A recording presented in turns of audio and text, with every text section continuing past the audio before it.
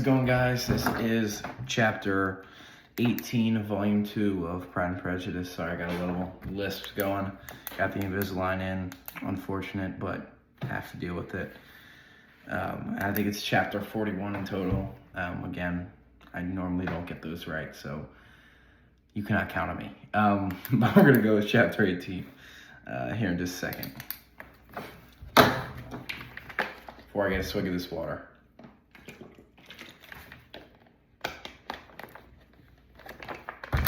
Okay. The first week of their return was soon gone. The second began. It was the last of the regiment staying in Meryton, and all the young ladies in the neighborhood were dropping apace. The dejection was almost universal. The elder Miss Bennets alone were still able to eat, drink, and sleep, and pursue the usual course of their employments. Very frequently were they reproached for this insensibility by Kitty and Lydia, whose own misery was extreme, and who could not comprehend such hard-heartedness in any of the family. Good heaven, what is to become of us? What are we to do? Would they often exclaim in the bitterness of woe. How can you be smiling so, Lizzie? Their affectionate mother shared all their grief.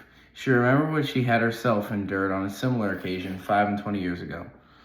I am sure, said she, I cried for 2 days together when Colonel Miller's regiment went away. I thought I should have broke my heart. I am sure I shall break mine, said Lydia. If one could but go to Brighton, observed Miss Bennet. Oh yes, if one could but go to Brighton. But Papa is so disagreeable. A little sea bathing would set me up forever. And my Aunt Phillips...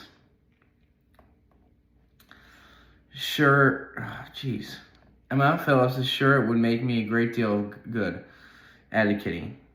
Such were the kind of lamentations resounding perpetually through the Longbourn house. Elizabeth tried to be diverted by them, but all sense of pleasure was lost in shame. She felt anew the justice of Mr. Darcy's objections, and never had she before been so much disposed to pardon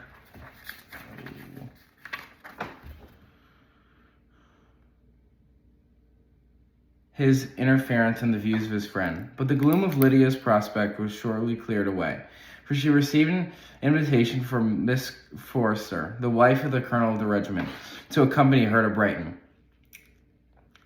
This invaluable friend was a very young woman, and very lately married. A resemblance in good humor and good spirits had recommended her and Lydia to each other. And out of their 3 months' acquaintance, they had been intimate too. The rapture of Lydia on this occasion, her adoration of Miss Forrester, the delight of Miss Bennet, and the mortification of Kitty are scarcely to be described. Wholly inattentive to her sister's feelings, Lydia flew about the house in restless ecstasy, calling for everyone's congratulations and laughing and talking with more violence than ever, whilst the luckless Kitty continued in the parlor, repining at her fate in terms as unreasonable as her accent was peevish. I cannot see why Miss Forrester should not ask me as well as Lydia, said she, though I'm not particularly her friend. I have just as much the right to be asked as she does, and more too, for I am 2 years older. In vain does Elizabeth attempt to make her reasonable, and Jane to make her resign. As for Elizabeth herself, this invitation was far from exciting in her the same feelings as in her mother and Lydia, and she considered it as a death warrant of all possibility of common sense for the latter, and detestable as such a step as to make her were it known. She could not help secretly advising her father not to let her go. She represented to him all the improprieties of Lydia's general behavior, the little advantage she could derive from the friendship of such a woman as Miss Forrester, and the probability of her being yet more imprudent with such a companion at Brighton, where the temptations must be greater than at home. He heard her attentively, and then said, Lydia will never be easy until she has exposed herself in some public place or another, and we can expect her to do it with so little expense or inconvenience to her family as under the present circumstances. If you were aware, said Elizabeth, of the great disadvantage to all of us which must arise from the public notice of Lydia's unguarded and imprudent manner, nay, which has already arisen from it, I am sure you would judge differently in this affair.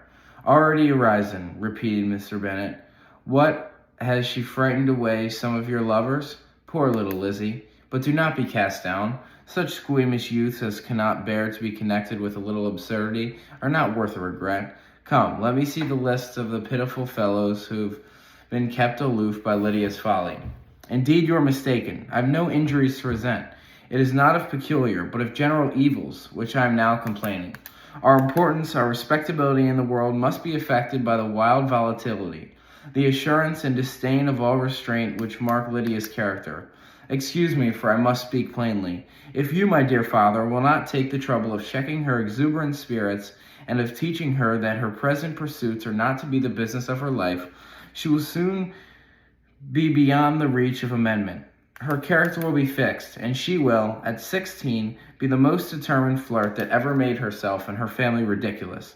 A flirt, too, in the worst and meanest degree of flirtation, without any attraction beyond youth and a tolerable person, and from the ignorance and emptiness of her mind, wholly unable to ward off any portion of that universal contempt which a rage for admiration will excite. In this danger, Kitty is also comprehended. She will follow wherever Lydia leads, vain, ignorant, idle, and absolutely uncontrolled.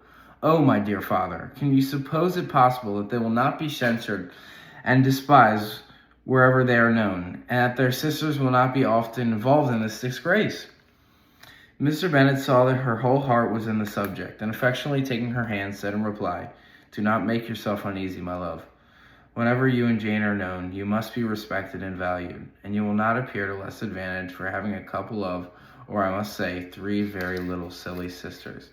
We shall have no peace at Longbourn if Lydia does not go to Brighton. Let her go then. Colonel Forster is a sensible man, and will keep her out of any real mischief, and she is luckily too poor to be an object of prey to anybody.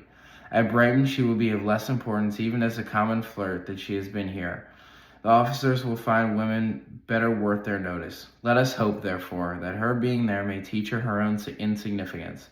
At any rate, she cannot grow many degrees worse without authorizing us to lock her up for the rest of her life."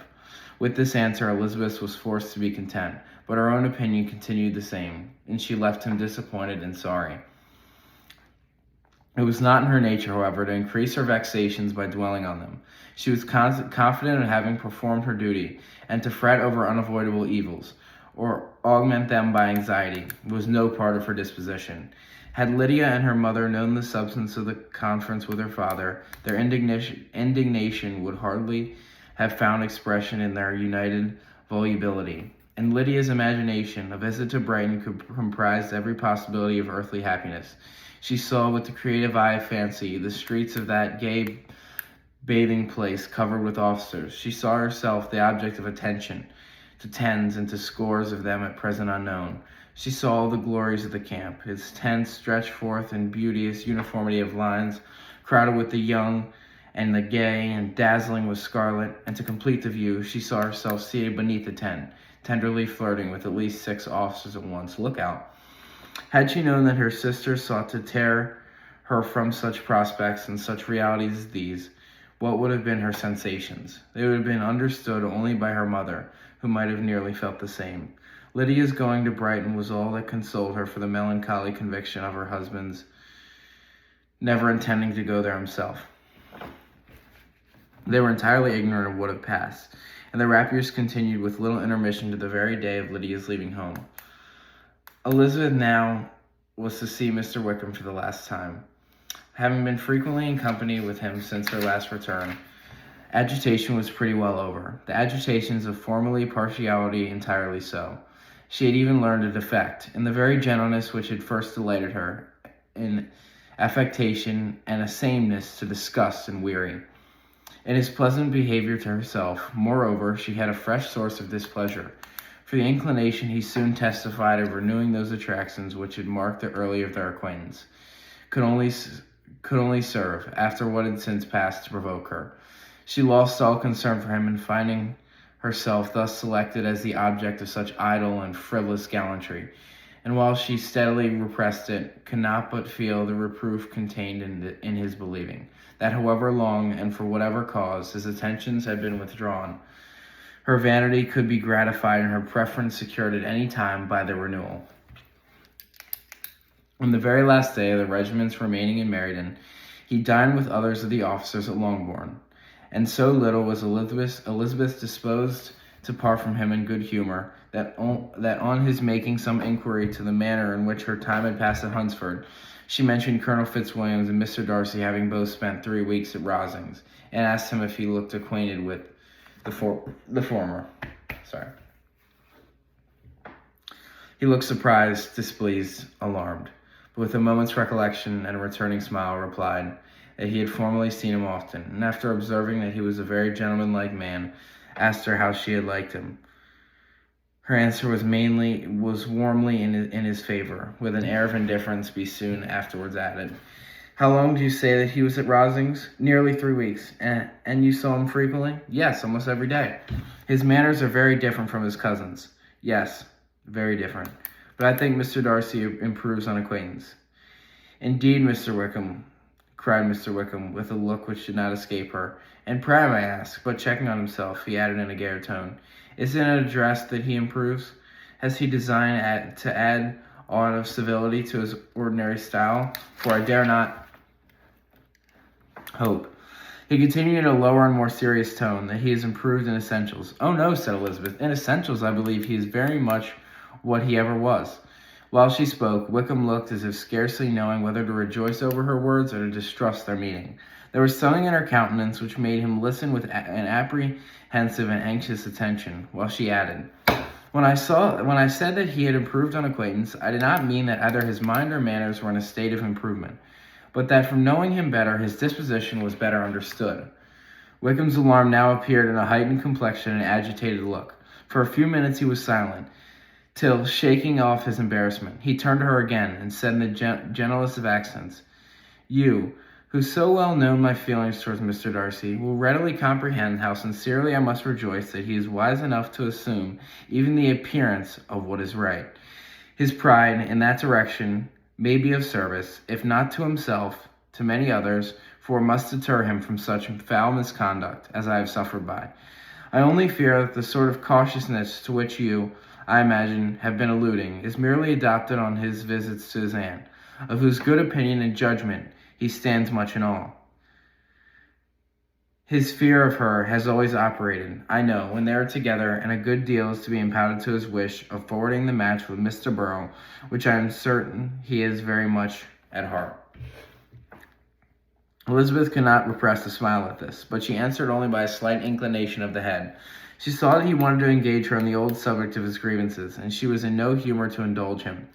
The rest of the evening passed with the appearance on his side of usual cheerfulness, but with no farther attempt to distinguish Elizabeth, and they parted at last with mutual civility, and possibly a mutual desire of never meeting again. When the party broke up, Lydia returned with Miss Forrester to Meryton. From hence they went out early the next morning. The separation between her and her family was noisy, then pathetic. Kitty was the only one who shed tears, but she did weep from vexation and envy. Miss Bennet was diffuse in her good wishes for the felicity of her daughter, and impressive in her injunctions that she would not miss the opportunity of enjoying herself as much as possible. Advice, which there was reason to believe would be attended to, and the clamorous happiness of Lydia herself in bidding farewell, the more gentle adieus of her sisters were uttered without being heard. That's it.